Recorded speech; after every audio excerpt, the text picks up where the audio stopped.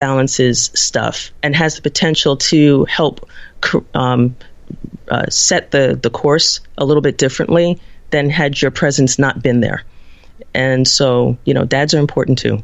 And actually, the number of guys who've written me emails where they've said, I now understand what my wife is struggling with, or they're understanding or seeing their daughters a little bit more clearly now through a female's eyes so that they're better able to help their wives.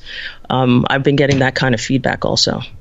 I can imagine because, and I just, it was through Joseph Campbell's writings, just listening to, and some interviews, and he had mentioned the difference between men and women in society is that women don't have a choice in their role as mother. I mean, it's, even if they don't have children, but they are, nature says you're going to be, in this role. And again, the timing of it is very different, whereas men are more societal in that, we are raised in some way, good, bad, or otherwise, and then we choose whether or not to follow that path. Right. And, as close as I am to all of my daughters, and I remember the moment that went right from mom's arm to mine, 4 times, in the delivery room, it's, the connection of, what it was like for 9 months, that this is a different part of you,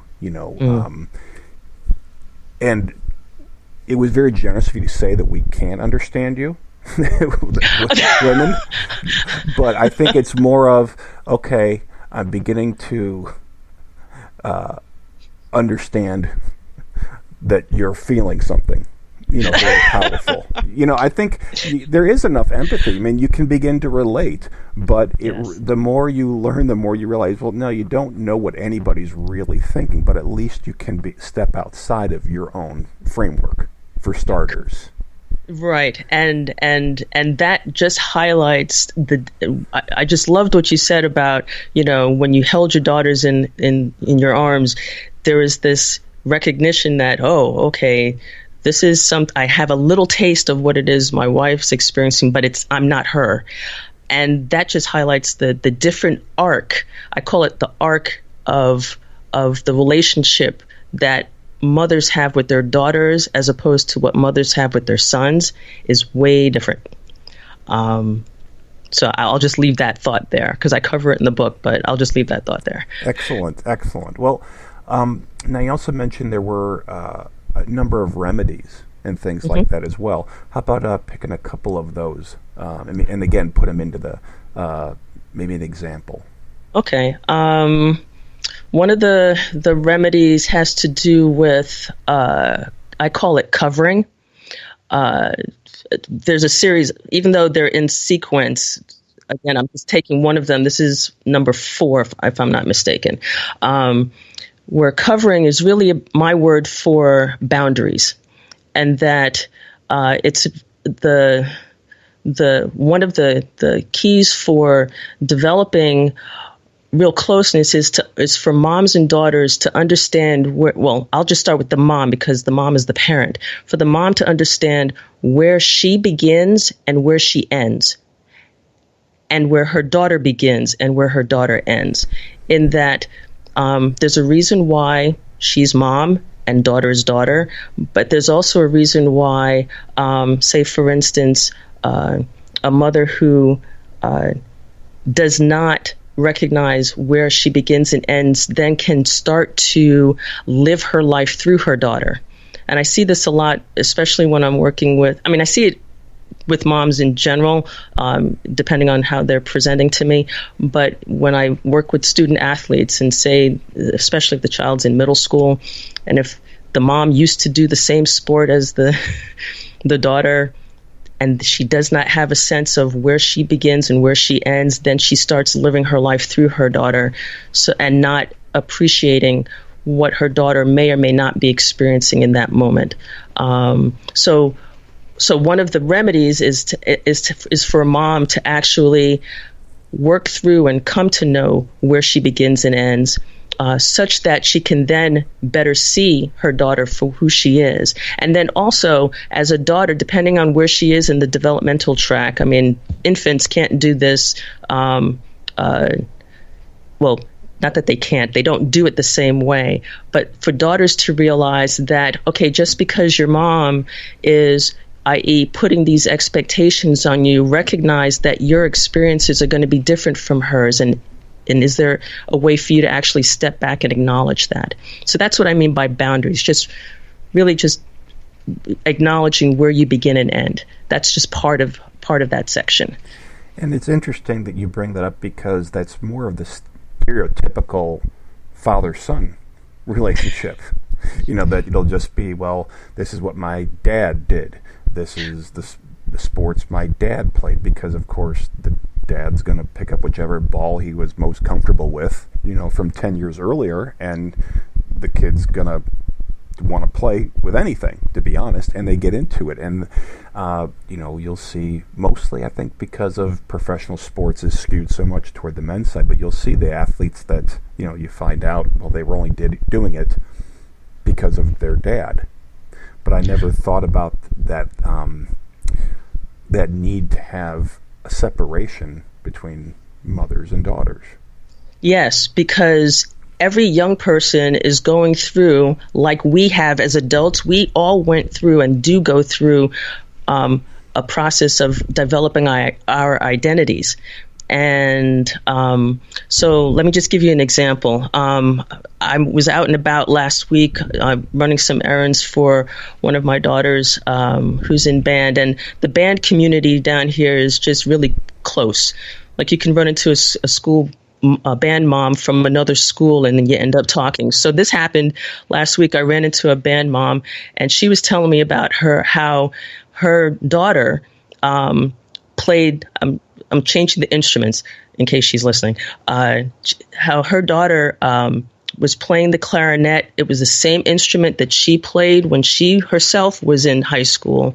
And there was a certain part that the daughter didn't get.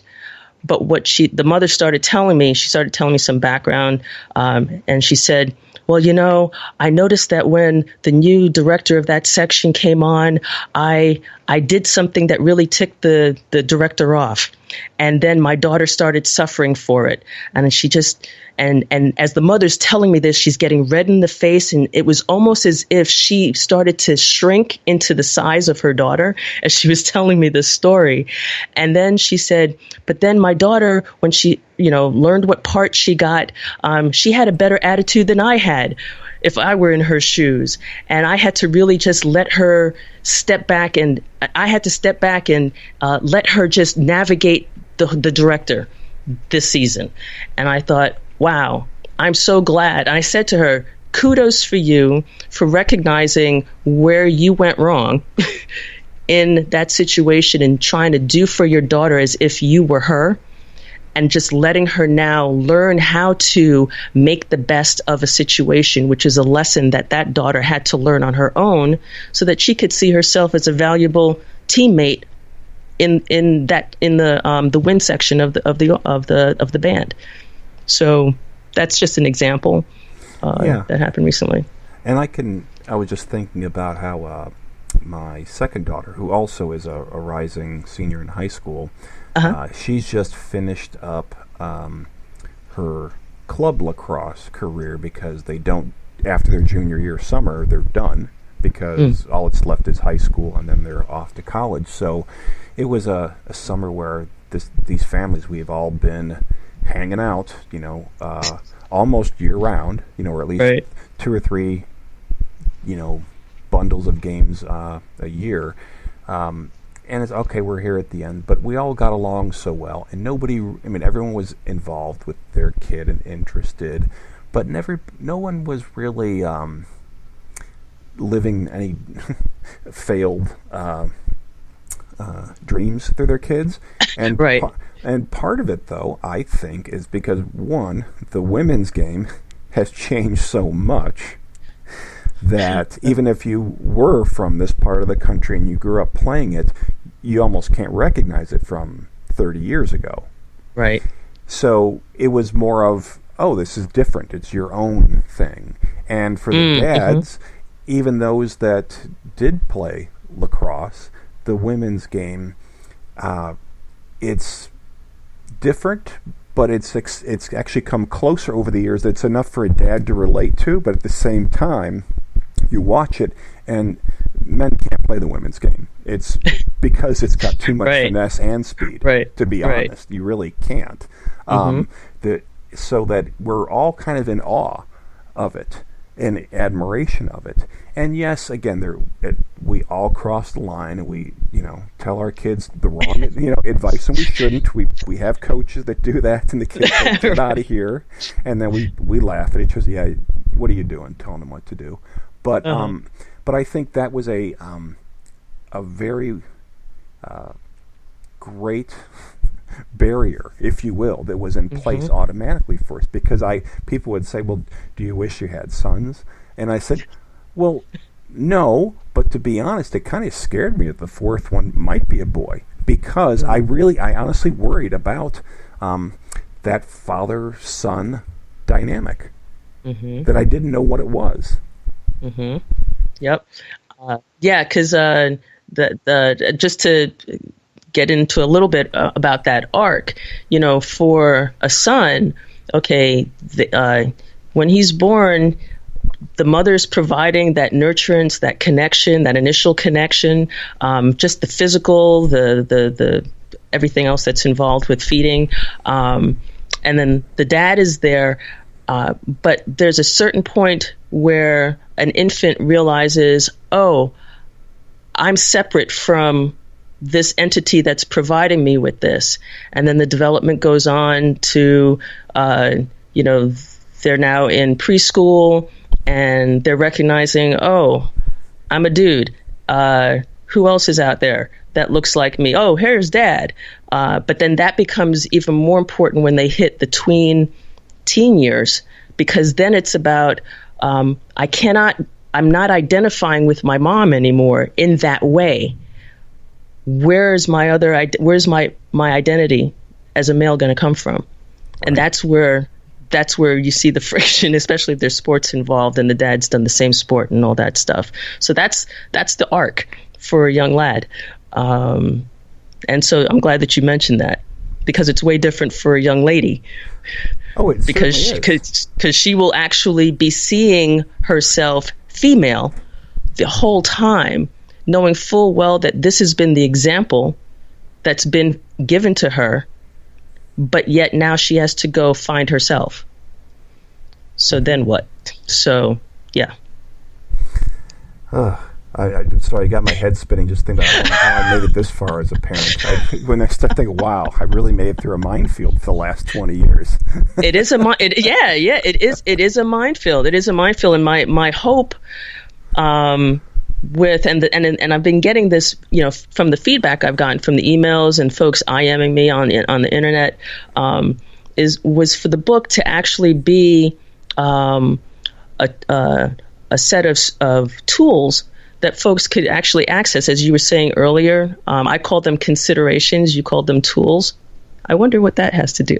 That sounded so gender oriented. But anyway, I like to tinker on my car. Just disclaimer. So I like tools. But this book was intended to be something that folks could use and find help in steadying themselves, so that they could understand self first, then other, and then understand where their child wants to go and be and do.